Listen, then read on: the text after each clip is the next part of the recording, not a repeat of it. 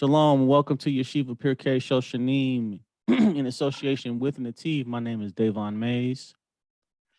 And I'm Tiaho Boko. And we are dealing with Bnei Noach, Africa. And today we are going to deal with Moshiach. So, Tiho, do you need to be able to share your screen? Go ahead, you should be good. Okay, cool.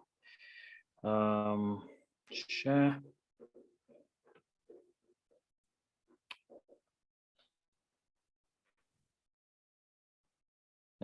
No, I don't want to open this. There we go. I see it. Okay. Okay, thank you very much. So we're going to have a very interesting lesson today on the topic of Moshiach, or as many calls Messiah. It's very interesting because, many people, I believe they've got a very twisted understanding of Moshiach, and unfortunately, you can't really blame them because of the exposure that they have been put on, especially because of Christianity being the main religion in the world, and it has sort of like twisted the Jewish understanding of Jewish perspective of Mashiach. So today we'll just have an intro on this topic, and then next week we'll then get to part 2 of it, and just to get deep into it. We don't want to rush it. It's a very important topic, so it's very important that we take it nicely and slowly so we can have a good understanding of what is covered in here. And if it happens that you feel like after covering part 2, there's still a lot that is missing, remember, this is just to provoke in you an interest to go and research more on these topics. And Dave, I think we need to also sort of like recommend some books that people maybe can go and check in order to have a deep understanding on these topics. Sure. Okay, cool. So let's see what is covered in here.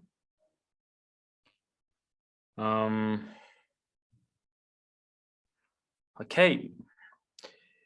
You see there it says Messiah 1. You will see that in the Jewish understanding of their scripture, there are 2 Messiah.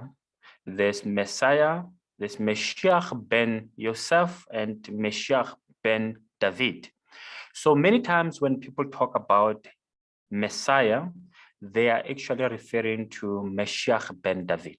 But let's just start. Let's see what is covered here, and we'll give more information where necessary. Introduction. The pre-Messianic era. Messianic era and identity of Messiah himself are complicated and often misunderstood topics that involves number of people and process of unfolding events. While the grand details are known with certainty, specific elements must remain speculation until the actual time comes. In this lesson, we will review the facts and questions regarding the coming of Messiah. Pre-Masonic era. So here we are talking about the things that needs to take place before Messiah comes, right? That's why we say pre-Masonic era. Numerous scriptural prophecies, Midrashim, and other sources tell us that as the time of Messiah draws near, the world will experience changes and upheavals. Many of these will be positive, while others, unfortunately, will be devastating. So when we look at Isaiah 59, verse 15, it says, truth will fail. The Talmud explains this word, nederet, as also related to the word for flocks. The implication of the verse is that the truth will fail because the Torah. Let's see again. The implication of this verse is that the truth will fail because the Torah world will be divided into various groups or flocks, each of which will claim the truth for its own. True Torah and faith will become indistinguishable from that which is false. So we see here that it's just going to, many groups are going to be formed, each claiming that they have got the truth, you know. So this one says, no, you don't have the truth, we have the truth. Yes, you know. And those are some of the signs that will be manifested just before the Masonic era.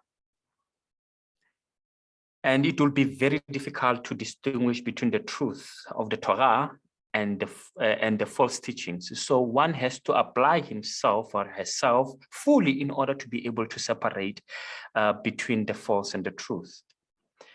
Atheism will engulf the world, and religious studies will become despised in the era preceding the Messiah. The Jewish world will not be spared from this calamity.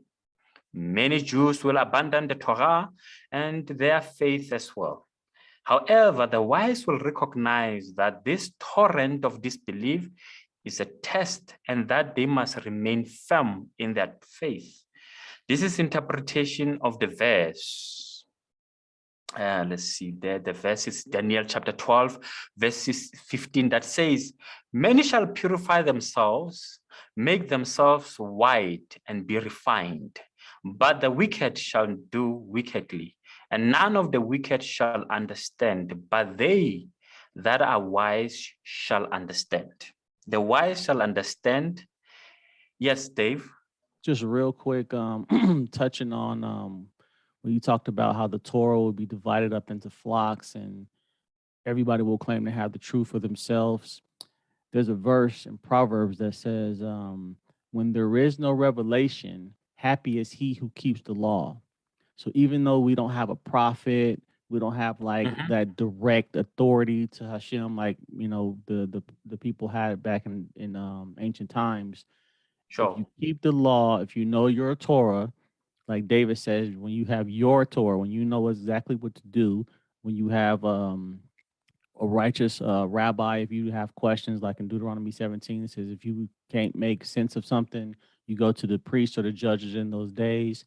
Happy is he who keeps the law when there is no revelation. Yep.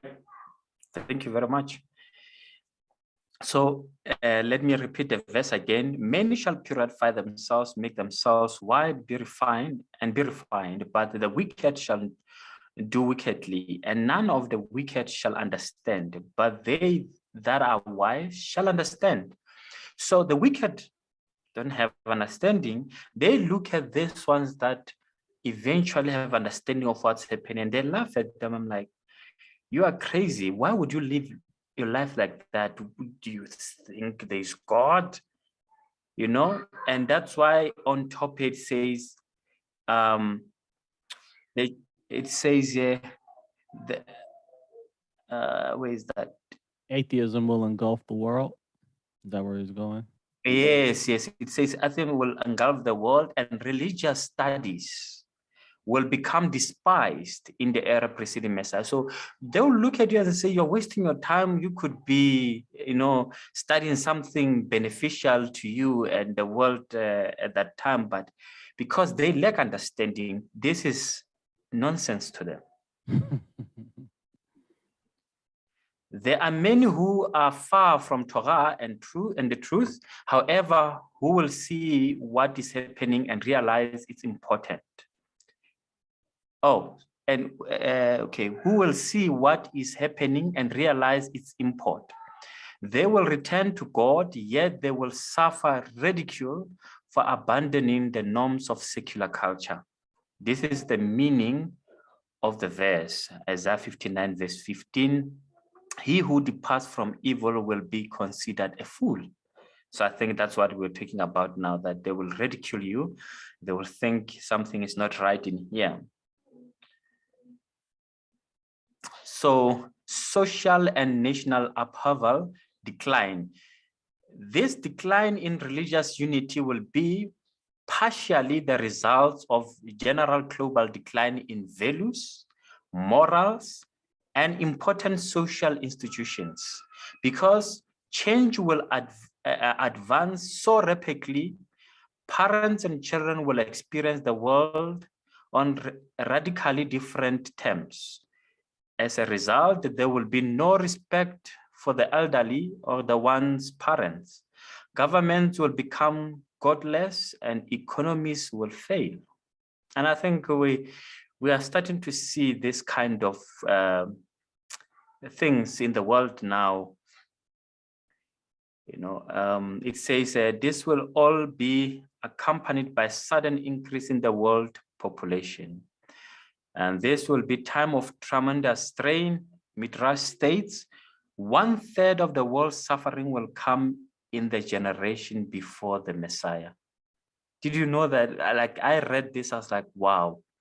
And take into consideration what is happening now in Europe with this war. It's not only in Europe, I mean, Middle East and other places, in Africa here, there's a lot that is happening, and all these things, we need to be very, very careful.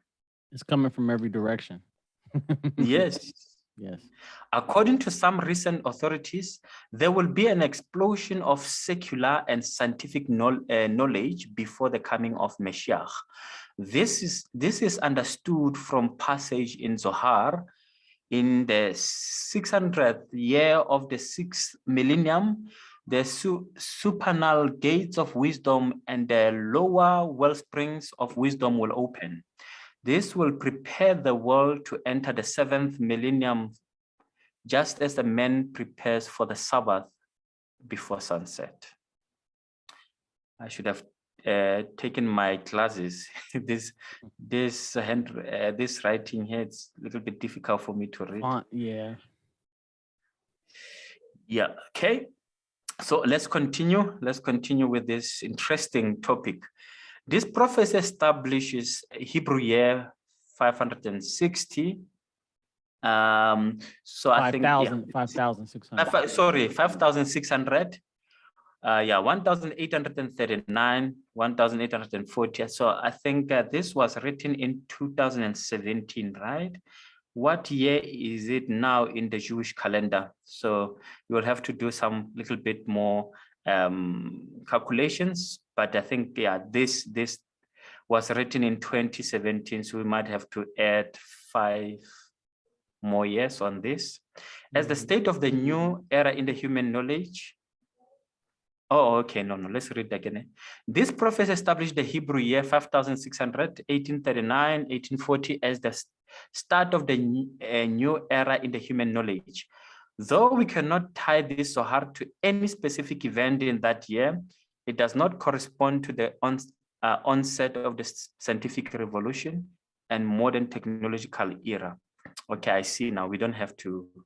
I misunderstood. That's just referring to what the Zohar was talking about. Yeah. Yeah, our sure. year. Yeah. Okay, so on this topic of pre-millennial, pre-Masonic era, there are a few things that needs to happen. I think now that's where we sort of like go through them, and then let me just check here.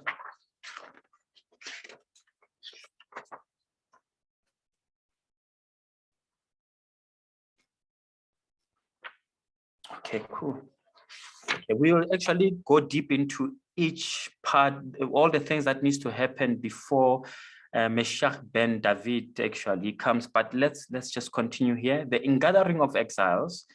It's one of the most important checklist. One of the checklists that needs to happen as part of the Masonic era.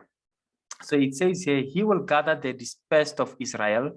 And then it says Psalms 147 verse 2, God will then bring back your remnant and have mercy on you. God, your Lord, will once again gather you from among all the nations where he scattered you. Deuteronomy 30 verse 3. And then here it says, either after or concurrent with the pre-Masonic upheavals, there will be a return of the Jewish people to their ancestral land. The unfolding of this process, whether gradual or sudden, miraculous or natural is uncertain. However it occurs, it will only be completed by Messiah himself. And then let's go to Isaiah chapter 11, verse 11 to 12. It says, on that day, God will stretch forth his hand a second time to recover his people. He will send up a banner for the nations, assemble the dispersed of Israel, and gather together the scattered of Judah from the four corners of the earth. So this is a very interesting one. That, you know, as a former Christian, it's a serious problem. That's why the only way you can say is that, no, anything that JC didn't do during his time on earth will do it the second time. Because, I mean, how do you answer this? Because, you know, the dispersed of Israel, they were not gathered during his time, right? But let's hear what Dave has to say. Do you want to say something, Dave? Yes, I think we definitely have to unpack these verses. I think this is a good stopping point because in the next lesson, I think, can you scroll up just a little bit back to the very right there? Okay, so when it says he will gather the dispersed of Israel, and then Deuteronomy says he will bring back Isaiah 11. Again, everything is talking about a gathering, a gathering. We see multiple verses talking about this gathering of Israel. And again, myself coming out of Christianity, the failed prophecies in the New Testament, the complete opposite happened.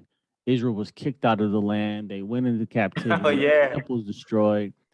This is completely opposite of the New Testament promises of what the Messiah is supposed to do. And I think if we go through Isaiah 11 verses 1 through 12 individually, we can see the multiple failures and how they had to constantly move the goalpost to clean up the mess that Paul preached, because Paul was talking about an imminent return.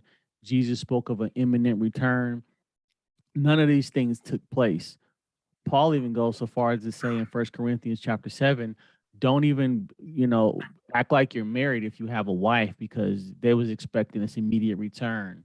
Jesus said, before you go around the towns of Israel, I'm going to come back, so the James chapter 1 verse 1 says he's speaking to the 12 tribes that are scattered. Well, we see right here, it says God will bring back your remnants and have mercy on you. God, your Lord, will once again gather you from among the nations where he scattered you. James is telling you he's addressing the 12 scattered tribes. What happened? So I think this is where we need to do a comparison of how the church has to constantly spiritualize and clean up the failures in the New Testament compared with what the Tanakh actually teaches about the gathering of Israel. Because if we don't address this, then it's going to go over people's head of how serious this part of it is. Because if Israel's not back in the land, you can't build the temple, you can't establish a covenant, and the prophecies basically fall apart. We haven't even gotten into Ezekiel 37. Like, there's so many things that talk about the gathering of Israel and the rebuilding of the temple. Yeah, I mean, there's so much. Even the nations go into Israel to learn Torah in Isaiah chapter 2. The nations going to Israel to celebrate some of the feasts in Zechariah 14. Feast. Sure. Yeah, so I think this is a good. We'll actually cover that. Sure, we'll actually go deep in those things in the second part of the Moshiach lesson. Yeah, it's going to be very interesting. I think again maybe we need to also sort of like have a discussion about the 12 tribes of Israel, the 10 of them being scattered around the world, and when did this thing happen? The just 10 lost tribes. Yeah, just to give people just an intro on this thing and not to assume that everyone is aware of the dispersed of the 10 tribes. Right, right. So I think in part two we'll do a deep dive in just the actual Tanakh. We'll definitely use this as a reference point, but this will be a good discussion next time because we can because Isaiah 11, 1 through 12 is very crucial to what we are to expect to see. And Mhm.